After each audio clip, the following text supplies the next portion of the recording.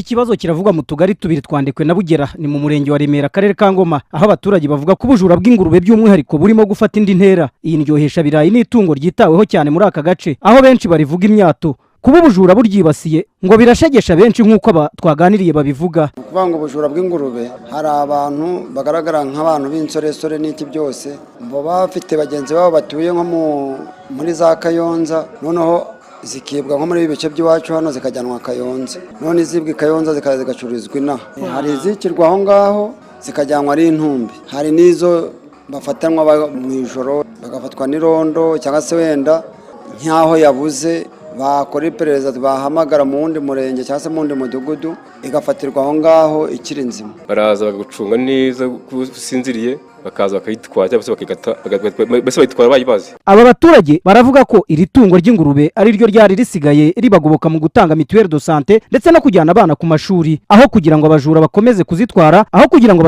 kuzitwara rero hari bamwe bahitamo kwiraranira n'izi ngurube mu nzu kugira ngo bizere umutekano wazo. Nk'ubu iyo wenda uri nk'itungo rigufi avuga iti wenda nanye mituelle wenda leta kwaza inyubako ya leta ukavuga wenda nk'uko bagatiyo kwa kutugari tugatigurisha ata mituelle afite nk'umunyeshuri tugatigurisha nashobora gushinga bifite mwafite ngayo inama cyangwa ine nuvuga ngo yene nimba uyifite biraza mu nzu, nimba ari ingurube nayo basigaye bazaza mu nzu. Kibinda Aimable ni umunyamabanga nshingwabikorwa w'umurenge wa Remera mu karere ka Ngoma, yatubwiye ko iki kibazo kidakabije cyane nk'uko abaturage bakivuga, ngo cyane ko amaronda akora neza. Ntabwo byaba kumwihariko kuba hari umuntu uba waraye wibwe ingurube, ariko ntabwo biraba rusange kubera kuko umutekano wari ukimeze neza. Kuba umuntu yaba yibwe ingurube umuntu bwite cye mu rugo tutamenya aya makuru ntabwo aba ari ikibazo gikomeye. Gusa hari amaronda akurikirana ibintu byose abungabunga umutekano n'ibintu byabo. Gitifu Kibinda kandi arakomeza avuga ko bakorana neza n'akarere ka Kayonza byoroshye gukurikirana icyaba kibwe